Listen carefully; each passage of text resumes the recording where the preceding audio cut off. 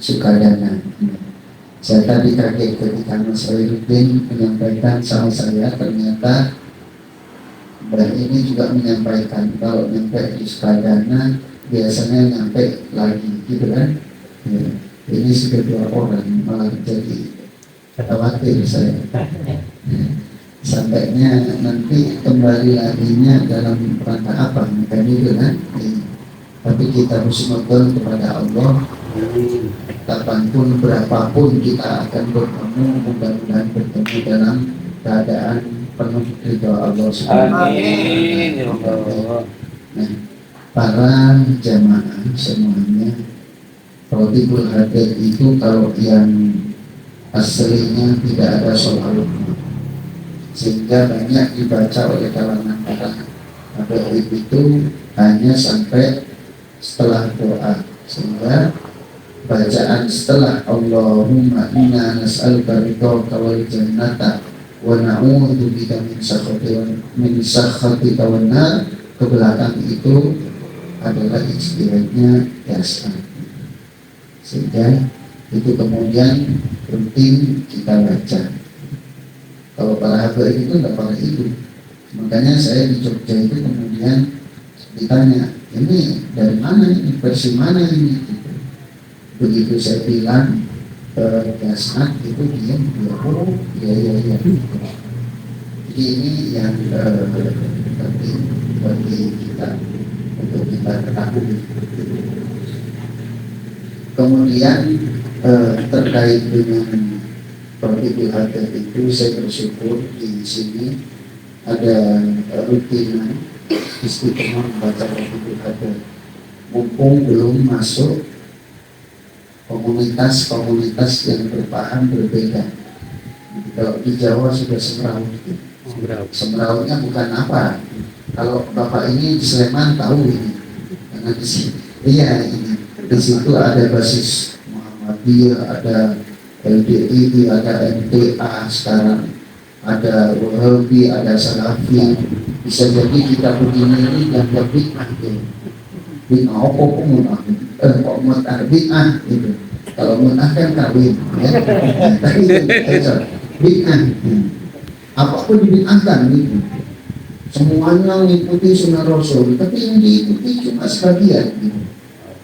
Jadi kita perlu kita paham, saya bersyukur ini di Sukadana perlu dibangkitkan giroh untuk membentengi dunia kita melakukan aktivitas kegiatan seperti ini dalam rangka intisari syuri, dalam rangka birrul walidain.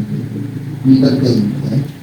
Kalau di Jogja itu ada orang maulidan bid'ah musyrik gitu.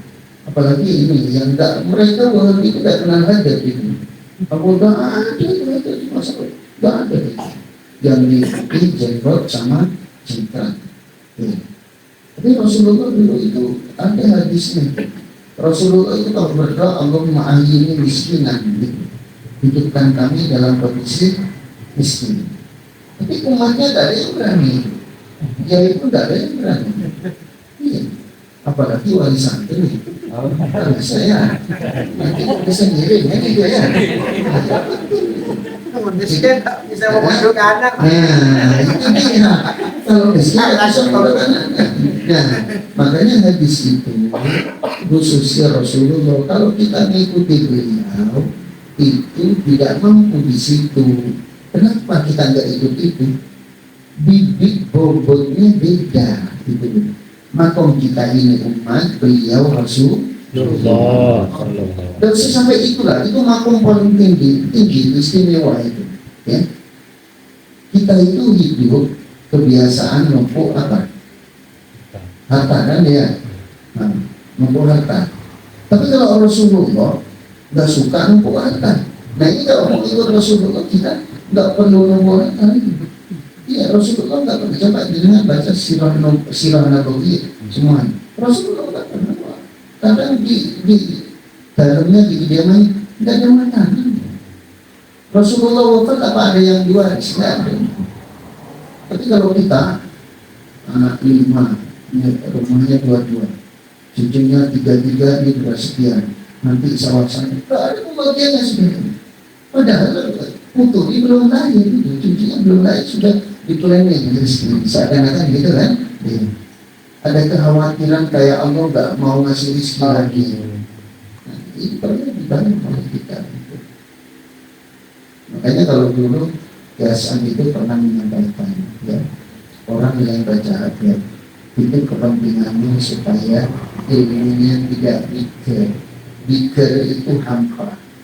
Kalau orang bertani, taninya tidak hampa. Kalau orang berdagang, dagangnya tidak hampa, tidak kotor. Ada keberkahan yang besar dan mengalir di situ. Itu maksudnya. Kenapa santri diharuskan baca Rabiul Hadir? Supaya ilmunya terus terpupuk mulai dini, supaya barokah dulu. Wali santri itu diarahkan oleh pengasuh untuk ikut baca Rabiul Hadir itu supaya ada baleng gitu. Rizki yang didapati oleh wali kemudian dikirim ke anaknya di pondok yang penuh dengan keberkahan. Anaknya di pondok juga mendapatkan keberkahan karena keistiqomahannya juga membaca Rabiul Hadir. Ini yang terpenting, ya. Ini pentingnya. Kalau kayak gitu, yang jadi pejabat biar barokah. Karena santrinya kasar, semuanya nggak akan bisa jadi kiai semua. Ini sutradana berapa alumninya? Katanya masih dari 22 ya. 22 itu nggak akan jadi kiai semua itu. Bisa jadi ada yang pedagang, ada kayak Mas Rike ini. Ini alumni yang paling cepat ya. Iya.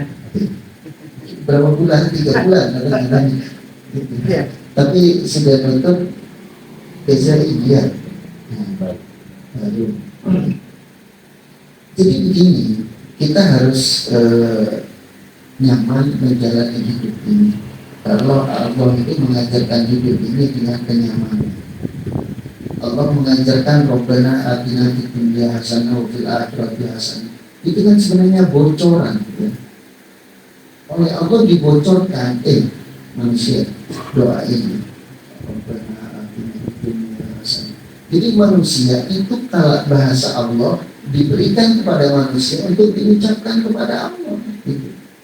Permintaannya dunia nyaman, akhirat nyaman, dunia mulia, akhirat mulia, kan itu kan? Gitu. Jadi ini penting kita bangun setiap saat karena kita hidup di alam dunia ini. Seringkali alumni itu pada ketakutan ketika pulang ke masyarakat itu. Biasanya kalau yang masih di pondok itu pintar ngomong. Alumni mau coba sih pulang, itu gemetar lagi. Tapi kalau alumni yang sudah pulang ini sudah teruji gitu. Jadi sudah tahu kalau pulang dari pondok pernah merasakan nggak punya rokok, nggak punya duit gitu. Jadi berpikir sendiri kan gitu. Jadi kalau di pondok itu enggak, masih dekat dengan kiai gitu, masih dekat dengan lampu, enak pakai gitu. Tapi kalau sudah turun di masyarakat, nah sendiri-sendiri sih. Kualitasnya ditentukan oleh rububiyah dan uluhiyahnya sendiri. Jadi bagaimana menggairahkan diri untuk meningkatkan frekuensi kedekatan dengan Tuhan. Jadi nggak usah khawatir melarat ya. Gampang. Kalau pengen kaya gampang. Pesen aja saya teman-teman. Berdoa aja sama Allah. Ya Allah, saya punya saku banyak dompet ada ya Allah. Tolong jangan kosongin dari duit gitu. Ya. Tapi jangan disebarkan Ustaz Gofur mengajarkan materi, jangan. Karena sadar kita hidup di alam dunia ini. Kalau di surga orang duit dah itu. Karena kita di dunia. Wali ini mesti mikir duit gitu. Kalau nggak ada duit nggak bisa ngirim ya. Nggak bisa bayar utang. Jadi yang realistis aja lah kita hidup gitu. Waktunya makan, waktunya tidur, gitu. Waktunya merokok gitu. Jangan dibalik gitu. Waktunya istirahat dibuat melek sampai subuhnya 12. Itu yang membuat kita beristiqomah. Waktunya mencari maisha dibuat mainan. Jangan gitu. Hidup ini iramanya sudah diberikan oleh Allah, dipercontohkan oleh Allah lewat Rasulullah Sallallahu Alaihi Wasallam. Itu keseimbangan. Seperti contoh yang kita seringkali mengabaikan. Kalau Rasulullah itu mengajarkan dan seiring dengan ilmu medis, manusia itu perutnya kan isinya 3, makanan, udara, dan apa? Air. Salah satu di antara 3 itu berlebihan, masalah itu. Terlalu banyak angin, tidak enak, terlalu banyak makan itu. Biasanya makan sedikit, makan banyak, tidak bisa bernafas, sakit, rusuknya kena kaki. Terlalu banyak air, dan hidup itu dilakukan sesuai dengan ala taqatihi, jangan ala taqatihi, jangan lebih kadar kemampuannya. Kalau bisa baca Quran 1 hari 1 juz, lakukan 1 juz. Jangan berdaya mau mengikuti Sayyidina Utsman, tidak usah. Mampu baca Al-Quran cuma 1 lembar, ya baca aja juga 1 lembar gitu. Yang baca 1 juz tidak usah menghina yang 1 lembar, yang baca 1 lembar. Jalannya jalan, ya. Sesuai dengan alurnya. Kulkul liya malu ala syakilatihi kalau berumah atau mengambil yang sambilan. Jadi orang itu akan jalan bebasnya masing-masing. Mbak ini punya anak 3, rizkinya nggak bakalan sama gitu. Nggak boleh ingin Mbak, kamu harus kaya semuanya. Bukan itu ngatur Tuhan. Rizkinya nggak bakalan sama itu, umurnya nggak bakalan sama. Anak 3 cowok semuanya gantengnya nggak sama itu. Jadi sudah masalah aja pada Allah sudah ngasih plot itu. Jadi ada plotting, ada program. Jadi kalau teman-teman belajar programmer itu sebenarnya Allah sudah berburu, sudah memamerkan apa itu. Coba gimana Allah memprogram, memberikan rezeki kepada semua makhluk itu tanpa ada yang terlambat, tanpa ada yang kurang, tanpa ada yang salah. Coba kita semuanya Mbak ini kaya si tidak perlu sendiri. Memang sudah makanya begitu aja itu. Karena kalau sudah iri itu orang nggak menerima, nggak bisa kona'ah, nggak bisa ridho. Makanya ridholah atas apa yang ditentukan oleh Allah. Kalau sudah ridho atas apa yang ditentukan oleh Allah, orang itu akan hidup mulia, tenang, damai. Hidup ini sebentar. Serasa baru kemarin kita lahir, tapi ternyata umur kita sudah sekian. Ya umur itu nggak nunggu tumbuhan. Kadang yang muda baru lahir lagi misalnya. Jadi umur itu sudah tertentu. Oh kalau anak baru lahir Allah berarti nggak sayang, bukan nggak sayang. Itu memang semuanya sudah pokoknya ada Allah itu. Kita nggak usah protes itu. Cukup tafakkaru fi khalqillah wala tafakkaru fi dzambillah. Kita pikirkan apa yang menjadi hak untuk dipikirkan oleh kita. Jangan mikir Allah. Kita nggak punya hak untuk mikirin Allah itu. Allah kok iya yang bagi rezeki gimana menyebabkan? Aduh, itu buang-buang umur. Kita lakukan aja lah di posisi masing-masing.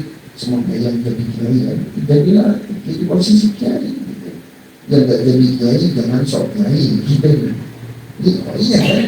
Kalau yang kaya ini biasa aja lah gitu. Yang nggak kaya jangan sok kaya kan gitu. Yang kaya yo jangan sok larat gitu. Karena ada perintah sedekah ya. Ada perintah sedekah, ada harus menyantuni anak yatim kayak di bulan Muharram ini, harus berbagi macam-macam. Jadi hidup kita nggak ada enaknya sebenarnya. Jadi kaya beban banyak, jadi orang larat, pikiran banyak juga. Itu nggak ada enaknya. Yang paling enak apa? Yang mau dengan ridha Allah itu paling enak itu juga. Nggak usah pusing. Saya pun tidak mau pusing dengan itu. Saya keluarga saya doakan kaya semua itu. Teman-teman saya mau ganti mobil tiap minggu, tiap bulan, Tidak apa-apa kan begitu. Kadang saya lihat itu teman dia gonta ganti mobil, nggak stres. Kadang gajinya habis. Jadi hancur gitu. Saya mau dibilang melarat sama orang nggak apa-apa. Urusannya orang.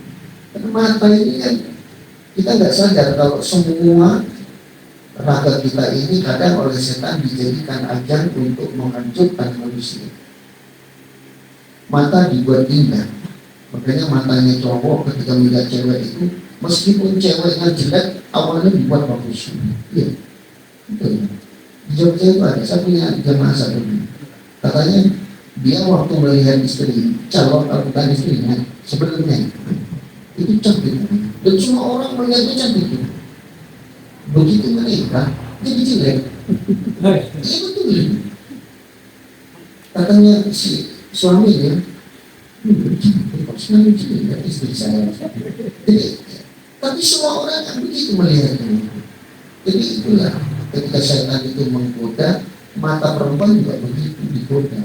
Telinga kita kadang mendengar A, kemudian oleh setan ditutup sedikit menjadi B. Semuanya hati kita aja begini istilah. Kadang setan datang, baik kamu istilah kamu sudah banyak ibadahnya. Waktu berharga itu dicapai aja waktunya. Ada sinetron bagus, mancing aja enak. Itu kan bodoh oleh setan, semuanya dibuat berat. Itu selalu makanya biasakan untuk takluk dengan Tuhan. Kalau dasar kan begitu, karena saya untuk masih dasar, ya karena memang saya belajar 10 tahun di dasar itu. Ini paling nyaman, enak itu. Saya teman-teman alumni Sukadana ini mau jadi konglomerat semua, saya senang itu. Ya kan, enak kan? Tidak perlu utang-utang kan itu. Kalau mungkin utang ke teman di Ketapangannya itu kan dia. Kalau di Ketapang nggak punya murid, nggak apa-apa gitu. Jadi relax aja lah gitu. Yang penting ketika Allah memberikan nikmat dan rezeki itu kelola dengan baik. Karena alam ini bukan milik, alam ini fasilitas. Karena fasilitas fungsikan sesuai dengan fungsi. Jadi jangan digunakan untuk hal yang lain. Hancur. Ya, jadi ini penting bagi kita. Kita renungi bersama. Tadi malam saya di pondok membawa khairatnya, bisa sampaikan setan itu besok di akhirat itu akan nyantai aja menjawab manusia itu. Semua manusia yang sudah terprovokasi oleh setan, di akhirat setan itu nggak mau tanggung jawab. Memang bahasa dialektika dalam Quran itu. Nah, ini harus terus ada gitu. Karena kalau di pondok setannya itu nggak begitu tajam, ya. Tapi kalau sudah pulang ke masyarakat, ya tajamnya. Jadi ya, ekonomi yang belum bagus sudah mau mikir istri 2 gitu. Padahal belum mapan. Nggak tahu ini karena hidup ini. Kalau saya nggak apa-apa, ini mau nikah 3, boleh nggak ada apa. Yang penting diurus kan gitu ya. Setan itu kan begitu. Ketika Allah syaitan lama kemudian amru. Jadi setelah Allah memutuskan ada takdirullah di pengadilan itu, setan ngomong gitu. Katanya setan, Allah itu sudah membuat aturan yang benar. Tapi kata setan, aku juga buat aturan. Jadi inna Allah wa'ada membuat dan hati wa'adtukum fa'akhlaqtukum. Setan itu kan pengkhianati. Jadi setan itu selalu menggoda. Terus kata setan apa? Wa ma kana li alaikum min sultan. Aku sebenarnya nggak bisa apa-apa. Ini sudah urusan Allah. Di mahsyar, di mizan itu sudah urusan Allah, Pak Allah. Makanya setan nggak bisa berbuat apa juga. Manusia ya keren melawan. Tinggal betul gitu. Mau balik ke dunia sudah nggak bisa. Gak usah di akhirat, sekarang aja kita terpetuk. Ya, ini si Irul mau balik ke umur 17 16 tahun. Kan bisa gitu. Ya tetap aja. Wa man nu'ammirhu nunaqqisu fil khalqi. Dalam surat Yasin kan dibilang, ketika Allah memberikan umur, cepat atau lambat akan mengalami perubahan. Ini barangkali gampang bayangin ketika dari bawah kan ya, apa kecil kan bayi. Nah, di puncak gantengnya di sini, tuh ada di puncak ganteng-gantengnya. Habis itu turun, ketua turun sampai nggak bisa apa-apa lagi. Jadi itulah makanya ketika paling nyaman itu lagi kayak model Gus Dur. Dibeli orang Quran, tahu isinya, nyaman orang itu. Orang hafal Quran, orang tahu isi Quran, orang tahu maunya Rasulullah, itu nyaman gitu. Kan tidak perlu pusing wilayahnya, tenang, damai, tidak perlu pusing. Jadi ini ya, waman ma'amirhu nonatis fil khalqi. Seperti itu. Ini bukan berarti kita semakin umur semakin gak, enggak ada. Bapak ini umur berapa sekarang? Berapa? 54. Itu dulu mungkin ganteng bisa dapat orang ketapa. Tapi sekarang mau cari cewek lagi gak bisa. Sudah. Nah itu, ya mesti ada. Kita tetap akan mengalami fase di mana hukum alam itu berlaku. Yang paling enak adalah mencari ridho Tuhan. Ridho Tuhan itu Allah akan memanjakan. Ketika Tuhan ridho, seluruh alam akan ridho pada kita itu. Kita yakin wali itu tidak perlu khawatir, ya. Yakin aja dengan hadis man salaka tariqan apa yaltamisu fihi ilman sahalallahu lahu tariqan ila jannah. Itu gampang aja. Bapak memondokkan anaknya jauh di sana, nggak usah khawatir, pasti Allah kasih di sini. Ini pasti. Tapi yang panik kan bapak, kan ya. Padahal Allah ada istrinya sendiri-sendiri. Kamu mau banyak untuk habisnya duit gitu. Coba aja yang alumni dulu, banyak habisnya duit kan. Itu memang sudah istrinya sebagiannya, itu sudah disesali. Hidup itu jangan noleh ke belakang. Tapi tatap ke depan, bagaimana ke depan itu bisa kita lalui dengan baik. Jangan noleh ke belakang lagi. Noleh ke belakang itu tidak ada gunanya. Orang jalan kalau noleh ke belakang itu tidak pernah pleset. Kalau pleset bisa jadi patah kakinya. Tapi kalau menatap ke depan, jadi kalau kemarin kita punya salah, punya perilaku nggak bagus, lupakan itu. Taubat kepada Allah, tatap masa depan.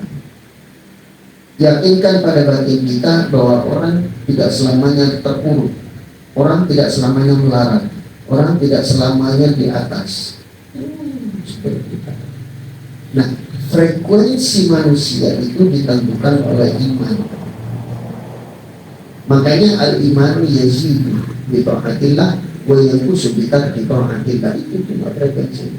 Mau selamat mau enggaknya itu tergantung juga. Mau taat enggak kepada Allah, itulah frekuensi penentu kehidupan kita. Kalau kita iman, nyaman, taat kepadanya nyaman. Tapi ketika kita blank, apalagi shock, ya di titik terpuruk, lupa dengan Tuhan, wah tambah sulit. Hati kita blank, pikiran kita blank, nah sudah tahu itu setan yang datang. Jadi ini ya yang penting oleh kita masing-masing. Mudah-mudahan kita semua bertemu nggak cuma rutin yang begini malam ini saya juga ikut, tapi sampai di surga Allah. Saya senang kalau Anda sepanjang semua ini masuk surga. Tidak apa-apa, lebih Ustaz kalau belakangan nanti ada apa-apa ini. Kalau saya yang penting Allah ridho lah gitu. Mau masuk duluan, mau yang penting di surganya gitu. Atau di mana aja yang penting Allah ridho lah gitu. Gofur di pinggir pintu aja dan tidak apa-apa. Yang penting Allah ridho, nggak apa-apa, nyaman. Intinya itu, gitu, ya. Mari kita baca Fatihah. Mudah-mudahan semuanya diberkahi dan diridhoi Amin, amin ya Allah. Amin. diakui sebagai umatnya Amin ya Rasulullah, Allah. diakui oleh para guru kita bahwa kita ini solusi. Al-Fatihah.